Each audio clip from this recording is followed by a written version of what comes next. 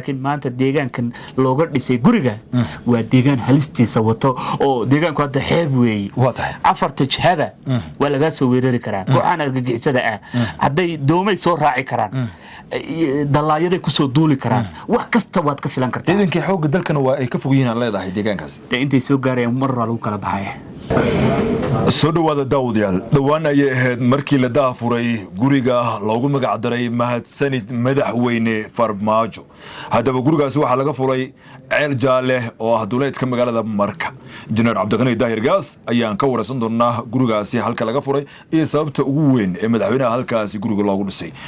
injineer soo dhaw markoowaad waa dhawahay baasha waa maasantahay niyow marka hore digniin baan bixinaya madaxweyne maxamed cabdullaahi farmaajo madaxweyne ummaddu waxa madaxweyne sagaalaad buu ahaa madaxweynaha up to now isagaan xil haynin bay ummaddu jecel yihiin waa madaxweynaha xoolihii dadkana iska ilaaliyay xoolihii kale shacabkana u ilaaliyay ceel jaale gaar ahaan shabeellada hoose marka horta meel halis la geeyay ninkaas qofka bil aadankuna ma socdo xabaashiisa socota madaxweyne maxamed cabdullaahi farmaajo haduu halka uu tago ceel jaale oo shabeellada hoose marka ah ninka waa la dilaya al-shabaab baana u diyaarsan inay weeraraan madaxweyne farmaajo dabcan ha sababahan u sheegayo waa maxay sababta muqdisho guriga loogu dhisay isweydiin baa taas su'aal ah caasimada ummadda soo muqdisho Soomaa xasan sheekh maxamed soo madagana sheekh shariif sheekh axmed soo madagana xasan cali khayr soo madagana cabdiraan cabdi shukur soo madagana dhammaan siyaasiyiinta Soomaaliyeed oo dhan soo madagana sababta muqdisho inta looga raray shabeellada hoose la geeyay oo waliba ceel jaale la geeyay timir ba lafta ku jirta anigu waxaan isleeyahay madaxweynaha qoladan ka hoos shaqeynaysa ba waxay rabaan oo qaybta protocolka email-ihi ay halka u jooga saddexda qaybood isugu jira qaybta financiga protocolka iyo dhammaan ragga ka hoos shaqeynaya ba waxay garan waayeen sida ninkan u dilaan ninkana waxa la rabaa in la isdhaafiyo madaxweyne maxamed cabdullaahi farmaajo waxaan kula talin lahaa nin halka ha tagi كل دي وحي دعي الله يعلم تنكل جرت waxay tahay taageerayaasha kooxda nabad iyo nolol oo still nool oo baraha bulshada haysta waxaan oran lahaa madaxweyne maxamed cabdullaahi farmaajo haduu maqlayo muuqaalka gurigiisa ugu geeyay madaxweyne waxaan leenahay dadku way ku jecel yihiin qulubtay ka jecel yihiin waxay jecel yihiin inaad mar kale madaxweyne jamhuuriyadda ka noqotid halka ha tagin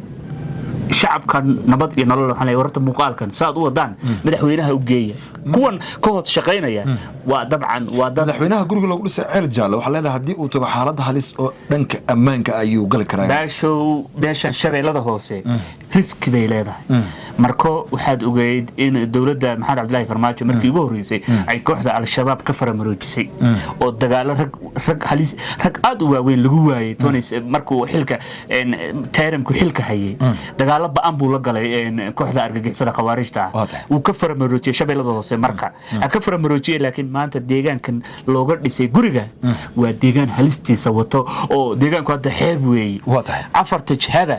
waa laga soo weerari karaa kooxan argagixisada ah hadday doomay soo raaci karaan dalaayada ku soo duuli karaan wax kasta waad ka filan kartaa idinkii xoog dalkan waa ay ka fogyihiin aan leedahay deegaankaas intay soo gaarayaan mar lagu kala baxay inta imaanayaan nisay harimcad iyo gorgor waa lagu kala tagayaa madaxweyne farmaajo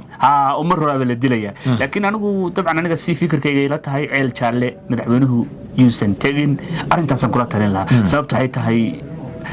kooxdan argagixisada ah baa halka ku badan dadkan isaga ka hoos shaqeynayana waa dad jecel horta farmaajo sidee buu ku dhintaa uu gud ku galaa waxa ay ka shaqeynayaan leedahay dhibaatada farmaajo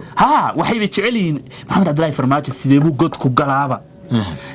horta alla dilaa dhinta baasho ilaahay tiisa markay ka soo dhamaato kullay saacadna laguma daray midna lagaagama jarayo laakiin dhalinyarada ka hoos shaqeynaysa qaybta protocolka iyo meediada iyo qaybta financiga khalad weyn bay galeen haddii ay maanta meel ka dhisayaan gurigaas halkaa kuma habbooneen waxa uu ku habboonaa muqdisho in la keeno in meel ciidankii dawladdu ay ka soo gaarayaan shabeellada hoose iyo muqdisho inta kilomitir ay si jiraan waa ogtahay تقريبا دي أبي كلا فوقهين أو كلا فوقاداني هدي ومقدشة كلها هان لها هدي مدحوينها طبعا أمنيهان ودريمو دي هرم عادي قرقر بو عن لها أما بوليسكا لكن حتى أنت هرم عادي بوليسكي عيدك حق الدلك إيمانيين مدحويني وواهر اللي دلو اللي يسكوكر هي قرقنا ولا بابي معقول متى مدحوينها إنه إسر هالكا دورتي طبعا حلق إنه بدي وحن مغلي مرأة صول لهالكاس أيان كونوا لانجرو في صحيح السؤال يجري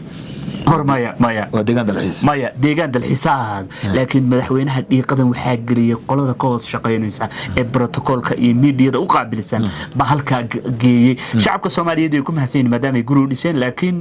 qolo waxaa jirta xabaashu dadku ma socdo laakiin xabaashiisa socota madaxweyne maxamed cabdullaahi farmaajo boqol riski wuxuu ku jira halistiisa wata madaxweyne sheekh shariif sheekh axmed xilka markuu ka degayay ma kula tahay in deegaanadaas kale wax looga dhis hadii guri u dhisanayo loo dhisayo in halka fog la geyn lahaa madaxweynihii wuxuu ahaa ugu horeeyay ee dalkan doorasho ka qabta xasan sheekh maxamed lacala hadda hadduu ka fadhiisanayo uu ka fadhiisto doorashada oo laga helo uu madaxweyne shibil la noqdo shabeellada hoose miyuu aaday waa maya marka doorashada koowaad ma ahna leedahay ceel jaale iyo dhanka iyo marka iyo shabeellada hoose waa in magaaladii caasimadeena waa in muqdisho tusaalahaan duntii ummadda Soomaaliyeed halka in madaxda lagu dhiso guryo hadda tusaalahaan dalalka maaragtay caalamka oo dhan dalalka hadda dagaaladu ay halakeeyeen madaxweynaha caasimada guri looga dhiso hadii loo baahan yahay laakiin madaxweynaha hadii caasimada laga kaxiyo meel kale guri looga dhiso baasho 100% waa risk wata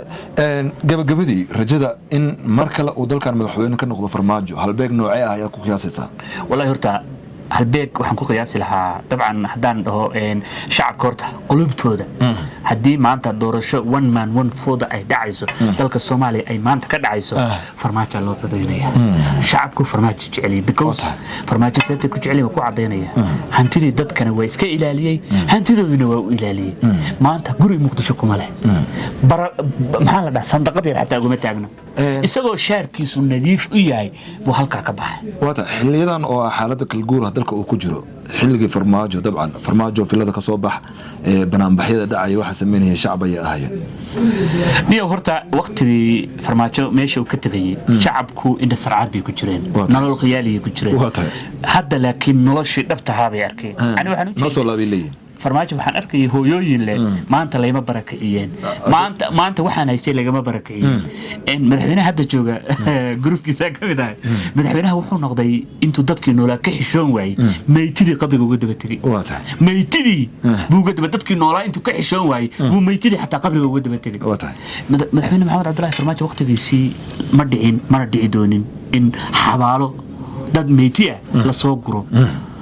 ويسك إلالي هنتدينا ويسك إلالي هنتدودنا وهو إلالي وأنا أصوص مالي كحيلك ورجني دوكومنتي وكان حكونا هنتدي الشعب كحسن واتن هنتدي مجوران كهيد يتي أسد كهيد العقد كهيد وديبه طبعا حسن وحبو قبتي لكن حسن وحبو قبتي وإحنا ما قبلنا وطبعا حالته هذا ذلك مرة وانا رجنا إن جهو لورد قابل لا يهي تنقل جرت وحيتها مدحوينها وحال يجارسينية مدحوينه dadkan ka hoos shaqeynaya bil fadlan iska fiiri dad waxa ku jira adiga ku neceb dad waxa ku jira adiga ku jaajuusay dad waxa ku jira adiga noloshaadan arki karin inay